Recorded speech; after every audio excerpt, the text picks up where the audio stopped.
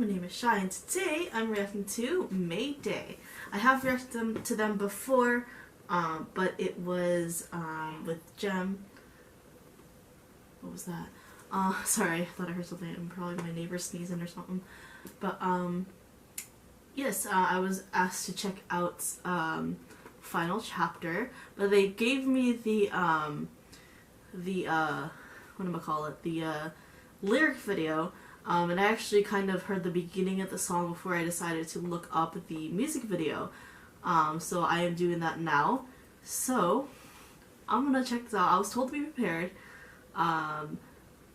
So I'm expecting tears. So without further ado, this is Mayday with Final Chapter. Here we go.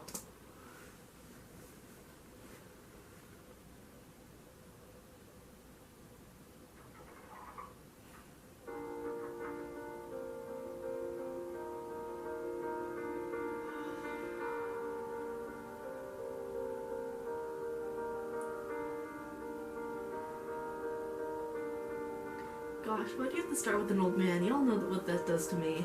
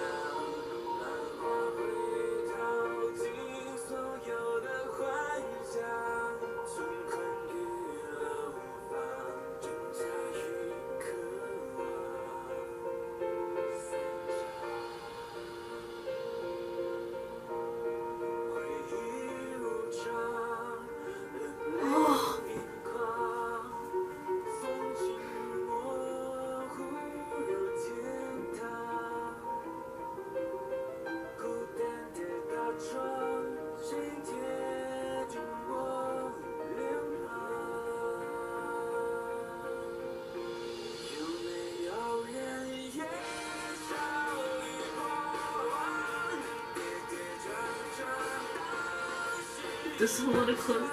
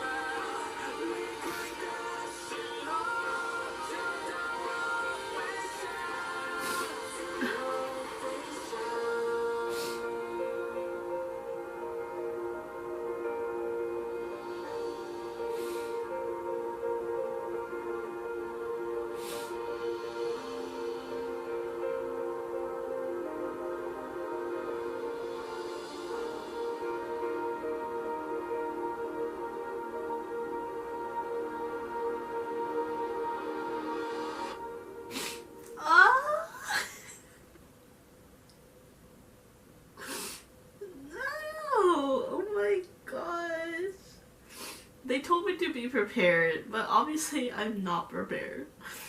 Oh my god, but this music video was beautifully done. I wonder how long it took them though, because it looks like it's kind of like a paper mache type of thing, but it also looks kind of animated obviously, so I wonder how much time it took for them to actually do this whole thing. But still, oh my gosh. The person who commented was like, be prepared. So I prepared my heart, but I still wasn't prepared. Oh my gosh. But I feel that though. With the whole, cause going through this, it looks like this guy, they met because like she scared off some bullies, they obviously fell in love. The headset was what started it off, but as they grew older, things happened.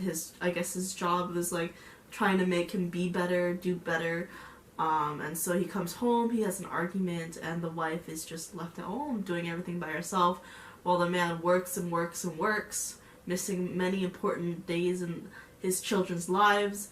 And then eventually, when she's really old and left alone after the kids move out, probably got married themselves, she finds herself at a store and puts on the headphones again and ends up getting killed.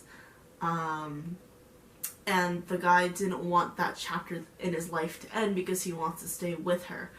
But then he's an old man, he puts on the headset and he just turns back time, in a sense, to go back and do everything right, in a sense. Or maybe he went back and this is him maybe dying and him going back and being there in the most important moments of his in their life, because you can see the headset. So that's what I'm assuming.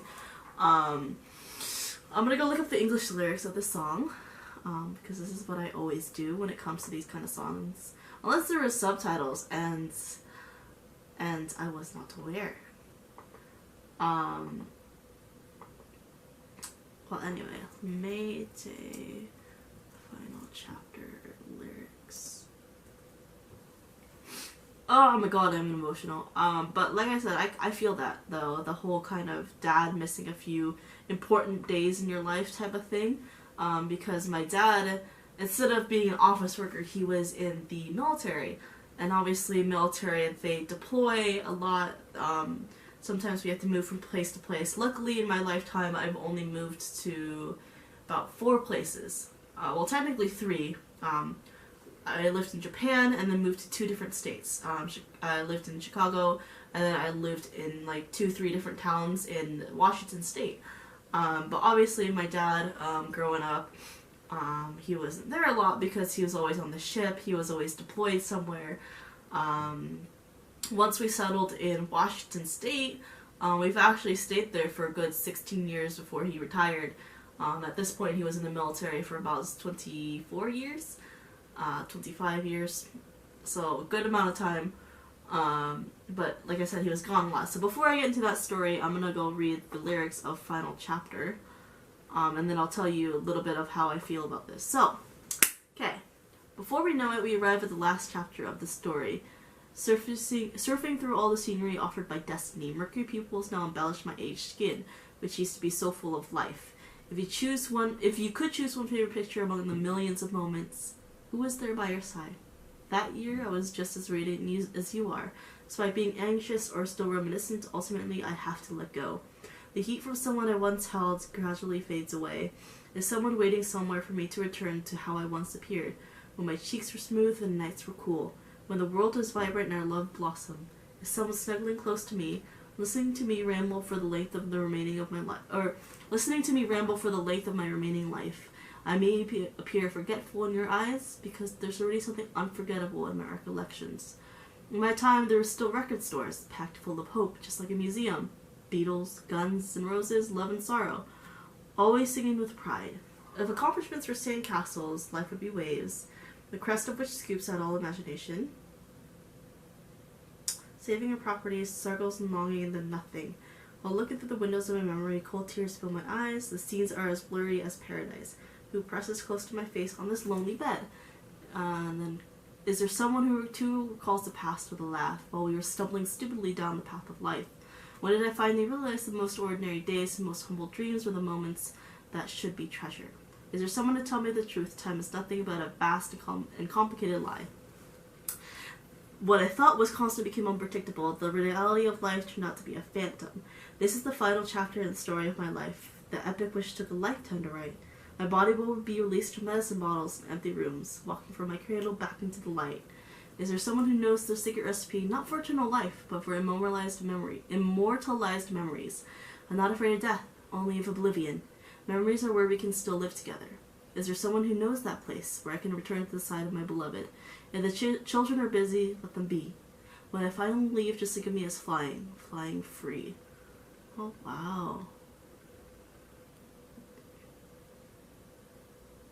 So I feel like this is definitely about just that final chapter in your life when you're finally ready to go and finally ready to see maybe that loved one that you've let go of, basically.